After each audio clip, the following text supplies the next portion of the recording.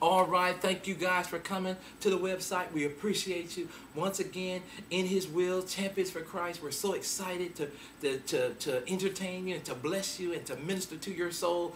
I'm going to give you another Ray Nugget that I really like. It's a story I read a while ago, and it's called Mr. Mintu, and it goes like this. Mr. Mintu had a comrade, and his name was Didn't Do. Have you ever chanced to meet them? Have they ever called on you? These two fellows dwelled together in the house of Never Win, and it's told the house is haunted by the ghost of Might Have Been. Glory to God. Glory. There's a story called No Hurry that I want to share, and this is another Ray Nugget, and I've been telling this story for years, man, and so here it is. Once upon a time, there was a man who fell asleep, man, and he had this vision. And in this vision, he literally saw himself in the midst of hell. He could feel the heat. He could feel the fire. It was horrendous. He saw the demons.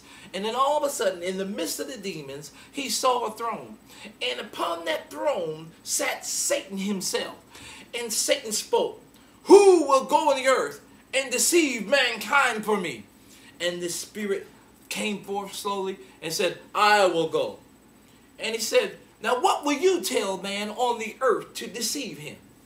He said, "Well, I'll tell man that there is no God."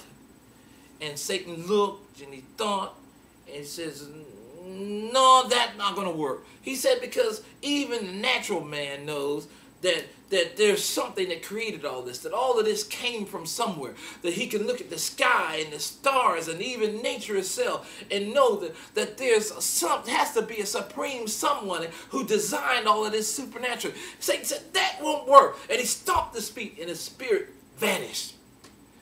Then he once again, he yelled out, "Who will go on the earth and deceive mankind for me?" Another spirit came forth slowly and said, "I will go." He said, now, a little more frustrated Satan was this time. He said, "Now, what will you tell man on the earth to deceive him?"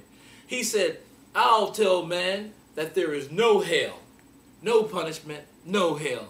And Satan looked and he thought, no, that won't work. Because even natural man knows what goes around comes around, that there's some penalty that's going to be paid, that sooner or later stuff is going to catch up with you. He said, "Man, that's not going to work." He said, "Get out of here." Boom, and he stopped his feet and the spirit vanished. Now Satan is really angry and he stands up from his throne and he pounds on it. He says, "Who will go on the earth and deceive mankind for me?" And slowly from the back, this very dark and hideous spirit lurks forward and says, "I will go." Satan said, "Now what will you tell man on the earth to deceive him?" He said, "I will tell man that there is no hurry." Say, you can get saved anytime. Today, tomorrow, next week, next year, any old time will do. There's no hurry.